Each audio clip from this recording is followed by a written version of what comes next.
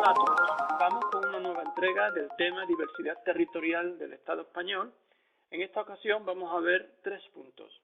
Vamos a analizar cómo aparece representada el concepto de autonomía en la Constitución del 78, vamos a ver el concepto de región y vamos a ver cómo se produjo la integración de España en la Unión Europea.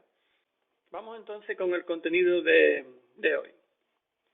A ver, esto no es, a ver dónde lo he dejado, un momento, aquí. No, sí, estaba bien. Aquí nos habíamos quedado en anexo histórico, ¿vale? Y el punto 2 es el que vamos a ver hoy. Vamos a ver el punto 2 y parte del 3. Entonces, lo que os decía, en la Constitución del 78 es donde se recoge la existencia de comunidades autónomas. Tener en cuenta que antes de esta fecha, durante la dictadura de Franco, no existían comunidades autónomas, existían regiones y había un gobierno central. Y ya vimos en el mapa, en los mapas del otro día, cómo las regiones del periodo franquista se parecían a las actuales comunidades autónomas, pero no exactamente. En el artículo 2 se reconoce que los territorios españoles tienen derecho a un grado de autonomía, ¿vale? Aparecen algunos territorios españoles con el concepto de nacionalidad, no de nación, pero sí de nacionalidad. Esto ha dado lugar a ciertos conflictos cuando algunos territorios han pedido o han exigido que este concepto de nacionalidad se sustituya por nación. Y no vamos a entrar en esto. Bien, la división política administrativa que se traduce después de la constitución de comunidades autónomas son 17 territorios en comunidades autónomas y 2 en ciudades autónomas, que son Ceuta y Melilla, que a diferencia de los otros no tienen capacidad legislativa. En el título 8 de la Constitución del 78 aparecen que, además de las comunidades autónomas, nuestros territorios van a estar divididos en provincias y en municipios. Esa es la estructura y cada uno con sus competencias legalmente recogidas. En este último punto, en este último párrafo que aparece en la diapositiva, os traigo el caso de Navarra, porque Navarra es una comunidad foral, es decir, no es exactamente una comunidad autónoma como las demás, porque no tiene estatuto, tiene una ley que rige su funcionamiento, es una ley llamada de mejoramiento del fuero, si no recuerdo mal, y que viene a recoger un poco la situación de Navarra que tuvo ya en el siglo XIX. Lo que se hace es mejorar una serie de fueros que tenían en esa época.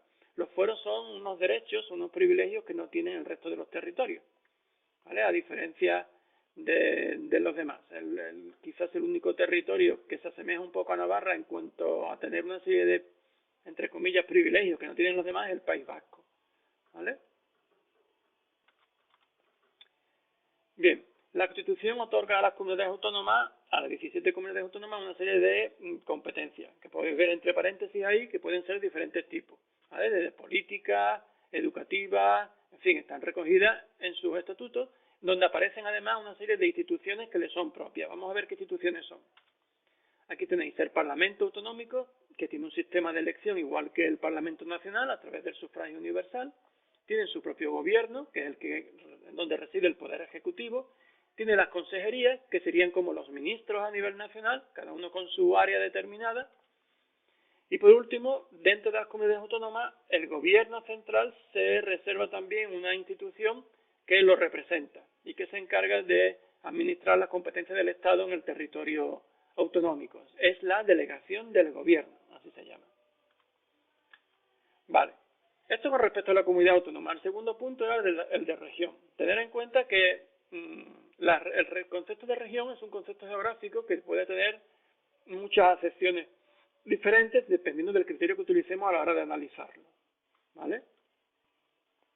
Como carácter general, la región es un territorio con una serie de condiciones específicas que le diferencian de otros espacios, ¿vale? Estas regiones pueden referirse a un tamaño muy diferente. Puede ser una región enorme, como un continente, otra más pequeña como un país, otra más pequeña como una comunidad autónoma, ¿vale? Vamos a ver los criterios que podemos utilizar a la hora de trabajar con el concepto de región. El primero que tenemos ahí es la región política. Entonces nos estamos refiriendo a un territorio con una serie de fronteras claramente delimitadas. Esas fronteras no tienen por qué ser naturales, pueden ser decididas por el hombre políticamente, ¿vale? Una región política en el caso español puede ser Extremadura o puede ser La Rioja, cualquiera. La región histórica, en este caso, el concepto político que hemos visto viene acompañado de otros rasgos de carácter histórico, es decir, una cultura propia, un pasado común, un arte, ¿sí? que se da en un territorio claramente definido. En el caso español tenemos diferentes regiones históricas, son tres: Cataluña, el País Vasco y Galicia. La Constitución les reconoce este carácter que no les reconoce al resto. Esto es importante dejarlo bien claro, porque a veces confundimos las cosas. La norma fundamental que nos rige es la Constitución. Si acordamos que esto es así, tenemos que respetar lo que la Constitución se establece. Y la Constitución establece que los territorios españoles no son iguales, sino que hay algunos territorios que tienen una serie de características históricas que lo hace diferente. ¿Sí? Estos son Cataluña, el País Vasco y Galicia. Así viene recogido en la Constitución. Otro criterio a la hora de trabajar con la región es la región natural. Aquí solamente utilizamos para definir el territorio caracteres geográficos, caracteres naturales, físicos, ¿de acuerdo? Pues, la región atlántica o la región mediterránea. En el concepto de región geográfica añadimos otra parte de lo que es la geografía, no solamente la física, sino también la humana. Hacemos una combinación de factores físicos y humanos. Bueno, ahí tenéis, entre paréntesis, algunos ejemplos, ¿no? Pues la meseta en España. La última que vemos es la región funcional, en la que se delimita el territorio atendiendo a una serie de relaciones que se establecen entre los municipios que en él están fundamentalmente. ¿Sí? Normalmente solemos utilizar la comarca como ejemplo. Y vamos entonces al tercer punto del vídeo de hoy, que era la integración de España en la Unión Europea. Ya sabéis que España durante mucho tiempo no pudo entrar en la Unión Europea porque era un país dentro de Europa que tenía un régimen dictatorial frente a los demás países europeos que estaban dentro de la Unión Europea y que eran democráticos, ¿sí? Igual que sabemos que la Unión Europea ha sufrido un proceso evolutivo y no siempre se llamó Unión Europea, sino que antes se llamó CEE, antes del 92, y anteriormente se llamaba CECA, ¿os acordáis? CECA, que era Comunidad Económica del Carbón y el Acero. ¿Sí? Bueno, vamos a ver cómo España se integró en esta Unión Europea. El año clave para la integración de España en la Unión Europea es el 86. A partir de ese año España se integra plenamente en lo que es la estructura de la Unión Europea, entonces llamada Comunidad Económica Europea, CEE. Este nombre cambiará a partir del 92 en el Tratado de Maastricht, pero viene a ser la misma entidad. Como España, lo que viene en este siguiente guión que os he puesto es lo que os decía antes. Como desde el 36, que España se mete en una guerra civil y esto acaba en una dictadura, España se diferencia del resto de los países, junto con Portugal en nuestra zona. Esto les dificultó mucho acceder a la Unión Europea, ¿vale?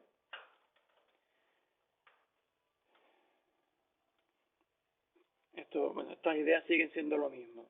Vamos al siguiente guión. Este sí es importante. Aunque España entra en el 86, desde los años 60 empieza un proceso para intentar integrarse en Europa. Tener en cuenta que en el 59, después del plan de estabilización, de los acuerdos con Estados Unidos y con la aparición del desarrollismo, España se presenta ante el mundo como un país diferente, que está cambiando, modernizándose, y entonces inicia los pasos para integrarse. Pero no será hasta que muera Franco y llegue la transición democrática que estas negociaciones se aceleren y avancemos muy rápidamente. Por ejemplo, en el año 77, España va a ser admitida en el Consejo Europeo. Es el primer paso para solicitar la adhesión a la Comunidad Económica Europea. Este acta de adhesión se va a firmar un año antes de que se ponga en práctica, en el 85, y fue firmado por 3 personas. El rey de España, que es Juan Carlos I en esa época, el presidente de gobierno, que es entonces Felipe II, Felipe González, del Partido Socialista, y el ministro de Asuntos Exteriores, que era también el socialista, Fernando Morán. Son las 3 personas que aparecen firmando este acta de adhesión. Y por fin, el 1 de enero de 1986, ingresamos formalmente en la Unión Europea. ¿De acuerdo? Hasta aquí la primera parte del vídeo para que no sea demasiado largo, y ya en el vídeo siguiente acabaremos de ver la integración de España en esta estructura supranacional que es la Unión Europea.